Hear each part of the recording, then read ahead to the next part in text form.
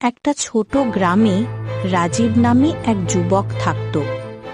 ছোটবেলায় তার বাবা মা মারা যায়, তাই রাজীব একা হয়ে যায়। তার কাছে কোনো জমি জায়দাদ ছিল না। একটা ছোট কুঁড়ে ঘরে সে কোনো রকমে জীবন কাটাত। গ্রামে বিশ্বনাথ মণ্ডল নামে এক দয়ালু জমিদার ছিলেন। তিনি রাজীবের দুঃখ দেখে খুবই কষ্ট পেলেন। একদিন বিশ্বনাথ জমিদার রাজীবকে থাকার জন্য আলাদা একটা ঘর দিলেন। সেই দিন থেকে রাজীব জমিদার বাড়িতেই কাজ করতে লাগলো এবং ধীরে ধীরে বড় হতে থাকলো। গ্রামের জমিদার বিশ্বনাথ মণ্ডল ছিলেন অত্যন্ত সহৃদয় মানুষ। রাজীবের এমন করুণ অবস্থা দেখে তার মায়া হল। তিনি রাজীবকে নিজের বাড়িতে কাজে রাখলেন এবং থাকার জন্য একটি আলাদা ঘরও দিলেন। বাছা, রাজীব, তুমি আর চিন্তা করো না। আজ থেকে তুমি আমার বাড়িতে কাজ করবে। তোমার খাওয়া দাওয়া থাকার সব ব্যবস্থা আমি করব। আমার বাগানের দেখভাল করবে আর বাড়ির ছোটখাটো কাজ সামলাবে। জমিদার মশাই, আপনি আমাকে বাঁচিয়ে দিলেন। এই উপকার আমি জীবনে ভুলব না। আমি আপনার সেবা করে যাব সারা জীবন। সময় বয়ে চলল। রাজীব এখন একজন দক্ষ কর্মী। তার পরিশ্রম, সততা আর বিশ্বস্ততা দেখে বিশ্বনাথ মণ্ডল তাকে নিজের ছেলের মতো ভালোবাসেন। এখন রাজীব বাগানের সমস্ত কাজের দায়িত্ব পেয়ে গেছে। একদিন সন্ধ্যায় বিশ্বনাথ মণ্ডল রাজীবকে ডাকলেন। রাজীব বাছা, তোমার এখন বয়স হয়ে গেছে। আমার মনে হয় তোমার বিয়ে করা উচিত। একা মানুষের জীবন কষ্টের, একজন সাথী থাকলে জীবন সুন্দর হয়। জমিদার বাবু, আপনি তো আমার অভিভাবক। আমার মতো গরিব মানুষের বিয়ে করার সাহস কোথায়? কে আসবে আমার মতো দরিদ্র মানুষের কাছে? বাছা, তুমি গরিব হতে পারো, কিন্তু তোমার মন ধনী। তোমার মতো সৎ আর পরিশ্রমী মানুষ কম আছে। আমি তোমার জন্য একটি ভালো মেয়ে দেখেছি। পাশের গ্রামের কর্মকার পরিবারের মেয়ে পূজা, খুব ভালো মেয়ে। কিন্তু জমিদার বাবু, বিয়ের খরচ? সেই চিন্তা তোমার নয়, তোমার বিয়ের সব খরচ আমার। তুমি তো আমার ছেলের মতো, বাবা হিসেবে আমার দায়িত্ব এটা। জমিদার বাবু, আপনার এই ঋণ আমি কোনো দিন শোধ করতে পারবো না। এই কথা লুকিয়ে শুনছিল বিশ্বনাথের একমাত্র ছেলে সৌরভ। সেই ছিল অলস আর নিজেকে নিয়েই ব্যস্ত। রাজীবের প্রতি বাবার ভালোবাসা তার সহ্য হতো না। বাবা, আপনি কি বলছেন? একজন সাধারণ চাকরের বিয়ের দায়িত্ব নেবেন? এ তো ঠিক নয়। সে আমাদের চাকর। চাকরের সাথে এত আদর ঠিক নয়। সৌরভ, তোমার মুখে এমন কথা মানায় না। রাজীব চাকর নয়, এই পরিবারের অংশ। সে আমার ছেলের মতো। বাবা, আমি আপনার আসল ছেলে নাকি ওই রাজীব? আপনি তার জন্য কত টাকা খরচ করছেন? আর আমাকে? আমি যখন নতুন ব্যবসা করতে চেয়েছিলাম তখন তো আপনি টাকা দেননি। তুমি ব্যবসা করতে চাওনি, জুয়া খেলতে চেয়েছিলে। আমি আমার কষ্টের টাকা জুয়ায় দেব না। রাজীব সৎভাবে পরিশ্রম করে। আর তুমি সারাদিন কি করো? আপনি আমার সাথে ওই ভিখারির তুলনা করছেন? মনে আছে যখন আপনি অসুস্থ ছিলেন? আমিও তো আপনার পাশে ছিলাম। ছিলে? তুমি একবারও আমার ওষুধ আনোনি? রাজীব দিন রাত আমার সেবা করেছে।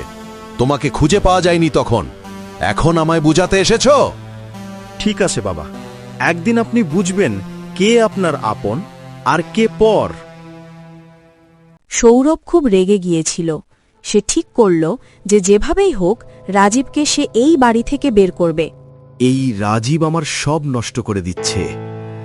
বাবা আমার চেয়ে ওকে বেশি ভালোবাসেন। এভাবে চললে একদিন বাবার সব সম্পত্তি ওকেই দিয়ে দেবেন। না, এটা হতে দেব না। আমাকে কিছু একটা করতেই হবে। রাজীবকে এমন ভাদে ফেলতে হবে যে বাবার চোখে ওর সম্মান চিরকালের জন্য নষ্ট হয়ে যায়। কিছুদিনের মধ্যেই বিশ্বনাথবাবু রাজীবের বিয়ে পূজার সাথে করিয়ে দিলেন। বিয়ের সব খরচ তিনি নিজে দিলেন। রাজীবের জীবনে নতুন আলো এলো। পূজা, তুমি আসার পর আমার জীবন পূর্ণ হয়ে গেল। আর সব কৃতিত্ব জমিদার বাবুর। হ্যাঁ, বিশ্বনাথ বাবু সত্যিই মহান মানুষ, আমরা তার কাছে চিরকাল কৃতজ্ঞ থাকব। বিয়ের কয়েক সপ্তাহ পরে সৌরভ আবার এলো তার বাবার কাছে টাকা চাইতে।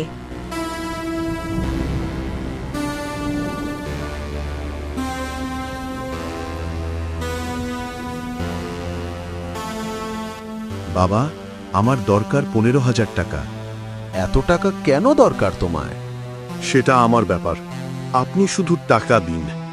না সৌরভ, আমি জানি তুমি আবার জুয়া খেলতে চাইছো। আমি আর এই পথে তোমাকে যেতে দেব না।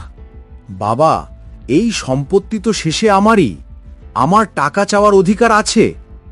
অধিকার পেতে হলে দায়িত্ব নিতে হয়। তুমি কি দায়িত্ব নিয়েছো এ পরিবারের? রাজীব দেখো কিভাবে কাজ করে, তুমিও যদি ওর মতো পরিশ্রম করতে। আবার সেই রাজীব, সব জায়গায় রাজীব। ঠিক আছে বাবা, দেখা যাক। সেই রাতেই বিশ্বনাথ বাবুর তিজোরি থেকে একটি দামি হীরার হার চুরি হয়ে গেল। সকালে যখন খবর ছড়ালো, পুরো বাড়িতে হইচই পড়ে গেল। এটা কিভাবে হলো?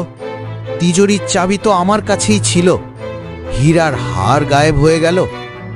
মালিক, এ বাড়িতে তো সবাই ভালো মানুষ, কে করতে পারে এই কাজ? বাবা, আমার মনে হয় রাজীবকে একবার জিজ্ঞাসা করা উচিত।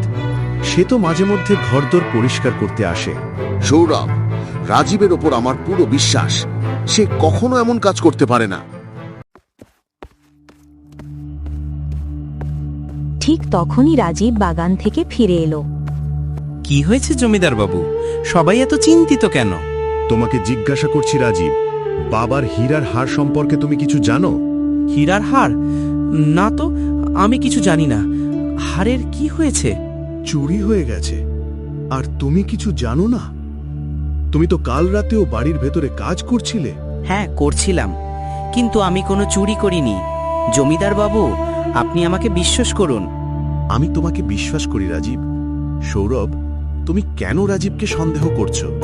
বাবা, আমি বলছি না রাজীবই চোর, কিন্তু সবার ঘর খুঁজে দেখা উচিত, তাহলে সত্য বেরিয়ে আসবে। ঠিক আছে, সবার ঘর খোঁজা হবে, তোমারটাও। প্রথমে সৌরভের ঘর, তারপর গোপাল এবং সবার ঘর খোঁজা হলো, কিন্তু কোথাও হার পাওয়া গেল না। শেষে রাজীবের ছোট্ট ঘরে খোঁজ চালানো হলো। মালিক, দেখুন, রাজীবের ঘর থেকে হারটা বেরিয়েছে। না, এটা হতে পারে না, আমি চুরি করিনি। জমিদার বাবু, আমাকে বিশ্বাস করুন, আমি জানি না এই হার আমার ঘরে এলো কিভাবে। দেখলেন বাবা, আমি কি বলেছিলাম? এই লোক আমাদের বিশ্বাস নিয়ে খেলেছে। পুলিশে দিয়ে দিন একে। জমিদার বাবু, আমার দিকে তাকান, আমি সত্যি বলছি, আমি এই কাজ করিনি। বাবা, এখনই পুলিশকে খবর দিন। না, পুলিশ লাগবে না। রাজীব, তুমি এখান থেকে চলে যাও। রাজীব পুরো ভেঙে পড়ল। যে মানুষটি তাকে জীবন দিয়েছিলেন, তার চোখেই আজ সে দোষী। পূজা, আজ আমার জীবনের সবচেয়ে খারাপ দিন। জমিদার বাবু আমার দিকে তাকিয়েও দেখলেন না, তিনি আমাকে বিশ্বাস করলেন না। আমার মনে হয় সৌরভ বাবু এর পেছনে আছেন। তিনি আপনাকে কখনো পছন্দ করেননি। না পূজা, আমরা এমন ভাবতে পারি না, কিন্তু জমিদার বাবু, তিনি আমাকে বিশ্বাস করলেন না। এই কষ্ট আমি কিভাবে সহ্য করব? আপনি ধৈর্য ধরুন, সত্য একদিন বেরিয়ে আসবে। এখন আমাদের বাঁচার জন্য কাজ খুঁজতে হবে। পরের দিন থেকেই পুরো গ্রামে খবর ছড়িয়ে পড়ল যে রাজীব চোর। গ্রামের লোকজন তাকে দেখলেই নানা কথা বলতে লাগল। ওই দেখো, চোর রাজীব যাচ্ছে, কি বেহায়া, এখনো গ্রামে ঘুরে বেড়াচ্ছে। জমিদার বাবু ওটে এত বড় করলেন, বিয়ে পর্যন্ত করিয়ে দিলেন, আর দেখো কি উপহার দিল। আমি তো আগে থেকেই বলতাম, গরিব মানুষদের বিশ্বাস করা যায় না, এরা সুযোগ পেলেই চুরি করে। সবকিছু ছেড়ে হতাশ হয়ে রাজীব পাশের গ্রামে বণিক বাবুর কাছে কাজের খোঁজে যায়। বণিক বাবু, আমার নাম রাজীব, আমি কাজ খুঁজছি। আপনার কাছে কোনো কাজ আছে? হ্যাঁ বাবা, আমার গুদাম ঘরে মাল তুলতে হয়, তুমি পারবে? হ্যাঁ বণিক বাবু, আমি যে কোনো কাজ করতে পারি। ঠিক আছে, কাল থেকে আসবে, কিন্তু আগে বলো তো, তুমি কি সেই রাজীব? যার কথা শুনেছি? হ্যাঁ বাবু, কিন্তু আমি নির্দোষ, আমি চুরি করিনি। ঠিক তখনই রমেশের স্ত্রী লক্ষ্মী সেখানে এলেন। এই আবার কে? আহা, তুমি কি সেই চোরকে কাজে রাখছো? তোমার মাথা খারাপ হয়ে গেছে নাকি? কিন্তু কোনো কিন্তু নেই, এ আমাদের ঘরে থাকবে না, চলে যাও তুমি।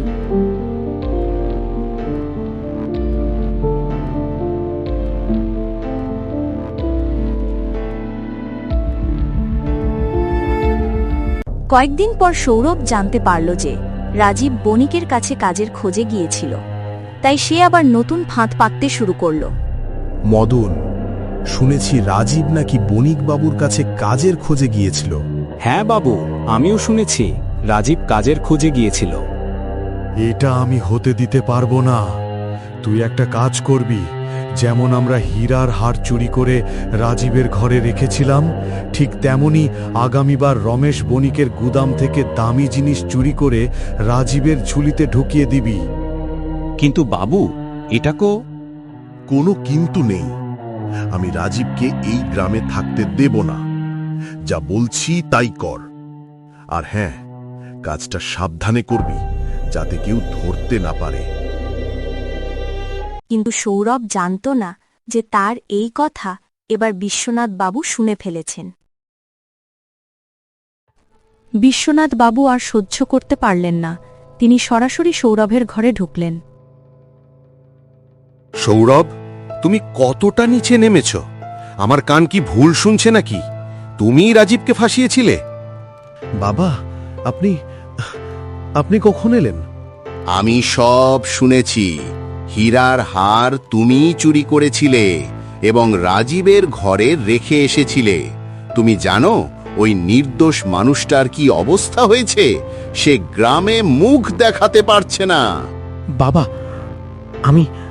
আমি ভুল করেছি, কিন্তু ভুল? এটা ভুল নয়, পাপ, খারাপ কাজ। তুমি একজন নির্দোষ মানুষের জীবন নষ্ট করেছ, আর তুমি আবার সেই কাজ করতে যাচ্ছিলে? মালিক, মাফ করুন। সৌরভ বাবু আমাকে বলেছিল এই কাজ করতে। তুমি চুপ করো, আমি তোমার সাথে পরে কথা বলবো। এখন আমি গ্রামের সবাইকে ডাকবো, সবার সামনে সত্য বলতে হবে। বাবা, আমাকে ক্ষমা করুন। দয়া করে গ্রামের সামনে আমাকে লজ্জা দেবেন না। তুমি রাজীবকে লজ্জা দেওয়ার সময় এই কথা ভাবনি? যাও, তৈরি হও, আজ সত্যের জয় হবে। সেদিন বিকেলেই গ্রামে সভা ডাকা হল। সব গ্রামবাসী জড়ো হলেন। রাজীব ও পূজাও দূরে দাঁড়িয়েছিল।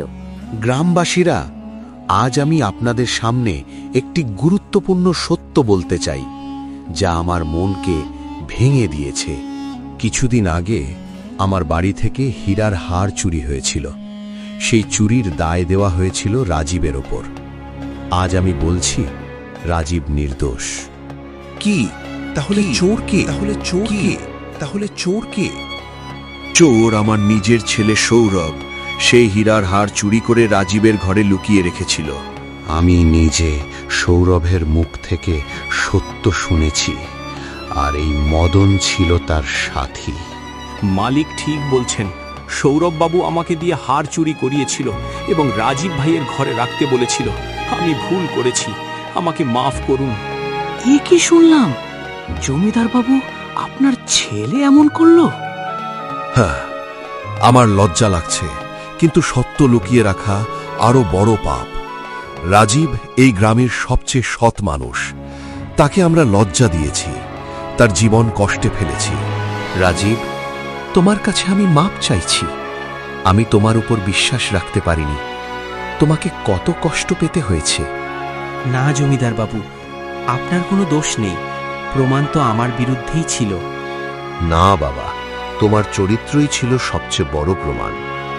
আমার উচিত ছিল তোমার উপর পাকা বিশ্বাস রাখা। রাজীব ভাই, আমরা সবাই ভুল করেছি। আমরা তোমাকে যা বলেছি তার জন্য মাফ চাই। এরপর সৌরভ ও মদনকে পুলিশের হাতে দিয়ে দেওয়া হল। কিছুদিন পর বিশ্বনাথ মণ্ডল রাজীবকে ডেকে নিলেন। তিনি বললেন, সততার মূল্য একদিন ঠিকই ফিরে আসে, তাই নিজের কিছু জমি তিনি রাজীবের নামে করে দিলেন, যাতে রাজীব আর কোনোদিন অভাবের মুখ না দেখে, সম্মানের সঙ্গে নিজের পরিবার নিয়ে বাঁচতে পারে। এভাবেই সত্য আর পরিশ্রমের জয় হল। রাজীবের জীবনে শুরু হলো এক নতুন শান্ত ও সুখের অধ্যায়।